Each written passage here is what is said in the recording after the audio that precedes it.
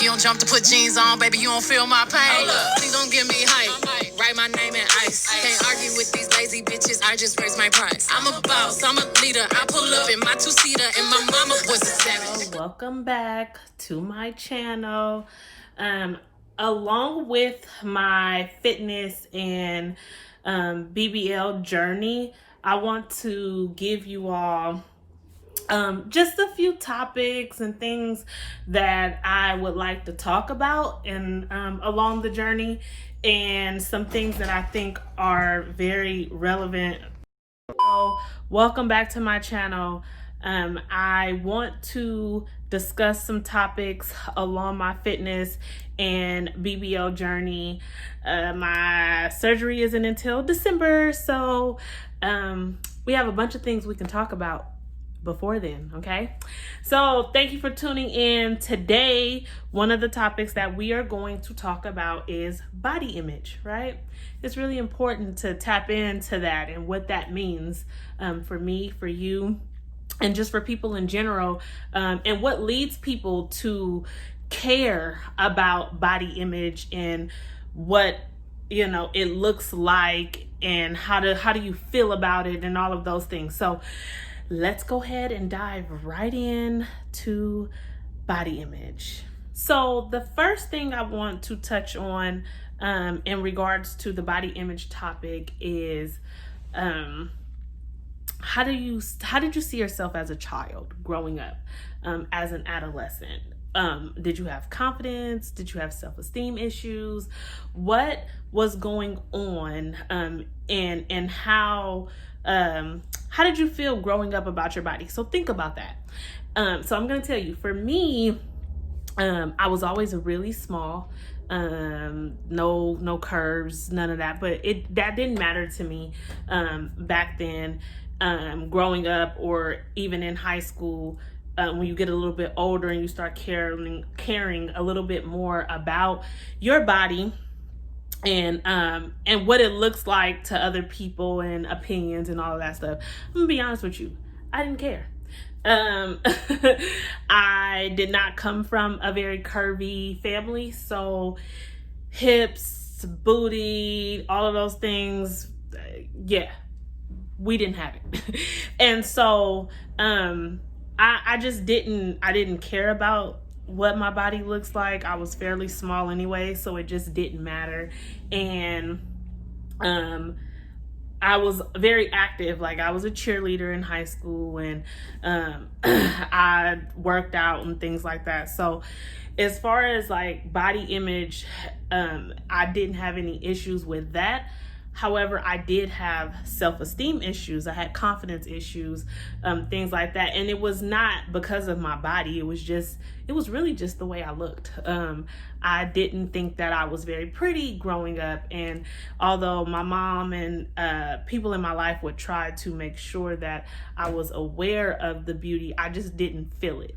And so that was more of an issue for me, not just about how my body looked, but just my face and just me in general. So think about that as we're having this discussion. Think about what body image was to you back then, and if it mattered or not. And then we'll tap into a little bit more. So keep watching. So now that you're thinking about your body image and what were your struggles or not struggles you had growing up, let's talk about body image as an adult, right? So when you become an adult, what am I trying to say? Like, we are in stages of our lives as an adult where you have a partner, or you may not have a partner, or, you know, you want to look good, you're dating, things of that nature, right? And so as an adult, body image comes a little bit more into play when you're looking for a mate, basically, or when you're just tired of looking a certain way, feeling a certain way. Then your body image starts to play a part in the decisions that you make for yourself and your body, right? So one of the things that I want to touch on as far as being an adult and body image and how your confidence and self-esteem and things like that start to become a factor in your life. So for me, I decided that fitness was something that was going to be important to me. I had gotten up to like 173 pounds, which was the biggest I had ever been in my life. I'm about 5'4", maybe 5'3", probably give myself a little bit, but I'm about 5'4". And so at 173 pounds, 172 pounds, you're overweight, just period. And like I said before, I was always really small growing up. So to get that big was like, okay. And for me, not, just to get that big for me was like, okay, Tila, you need to make some decisions about yourself because you're not happy. I wasn't happy. I didn't have confidence. My self-esteem was messed up. And it was all because I had gained this extra weight. So I got into fitness, started working out, became a certified personal trainer, and my body started going through all of these changes. I had gotten really small, then I put on all this muscle, and I even was able to build a little curve in my butt that I never had. And so it was amazing to see the transformations when you start to eat right and you start to work out. So now my body image is now important to me because I'm a certified personal trainer and I want to make sure I look the part. So now I'm working extra hard to make sure that people believe me and can see the work that I do for myself and let that create a career for me, a foundation of fitness and what it meant to me. I felt like if you could see the work that I put in, that people would believe me and would buy into what I was doing. And that's exactly what happened. So my body image became important to me when I decided to be a fitness trainer and when I decided that I was uncomfortable with the size that I had gotten. And then along with that, you just start making other decisions and other things start to play a part into your life and your body image. So let's tap on a couple more topics and a few more things when it comes to body image and the decisions we make and what matters and don't. Stay tuned. So like I said, I decided to go with fitness because it helped me create the body image that I wanted. And it also helped me with just my overall health goals and things of that nature, right? And so I know some people are like, why surgery? Why are you doing surgery when you're a trainer and you can make certain things happen just with the hard work? Well, trust me, it's been 7 years for me, so I know all about hard work and what it takes to build the body that you would like. However, after having children, and even though my body looks amazing after having 2 kids, I'm not gonna lie, there is some stubborn fat in areas that I would like to get rid of. So surgery for me is helping me out a little bit with what I feel like I deserve. And I'm gonna be honest, it's a career move. Okay, it's a career move for me because I am a trainer. I want to eventually do things where I'm traveling places and I want to fully look the part. Now, I know you may say, well, you're going to get surgery, so nobody's going to believe you. Well, if you see my journey along the last 7 years, you'll believe me. And I'm not getting surgery to lie to you all about how I achieved the body that I have. That's why I'm being so transparent about it, because you can do both. Okay, you can work out, you can eat healthy, you could be totally into fitness, and if you decide to go get a little bit of lipo or a butt enhancement or whatever you decide to do, that's your business and your choice, and it doesn't discredit me or any other fitness trainers in the world who have decided to go get surgery. So there's some misconception there. And I'm not knocking anybody who chooses to do it that is not into fitness.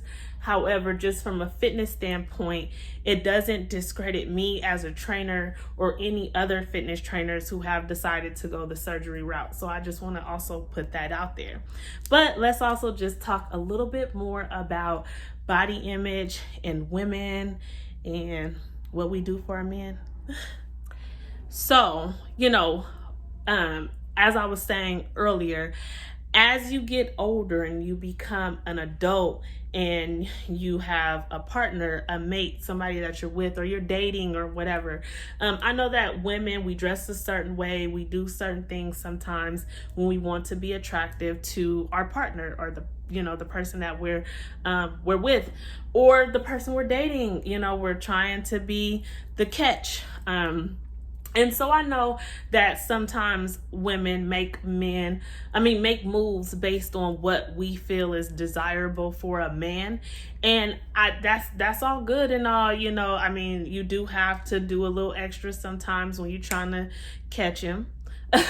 However, we do things for us. Don't think that like every move you make to beautify yourself, every move that a woman makes to beautify herself is for a man, because that's not actually true. For example, my husband, he loves me the way that I am, so I don't have to go get the surgery in order to please him. I'm doing it, like I said, for a career move. So I just wanted to tap a little bit on body image and just what we women do. I know that sometimes we have a lot going on and we aren't able to think clearly when it comes to certain decisions and things that we make. And some people are spontaneous and you just do things, just because. Everything doesn't have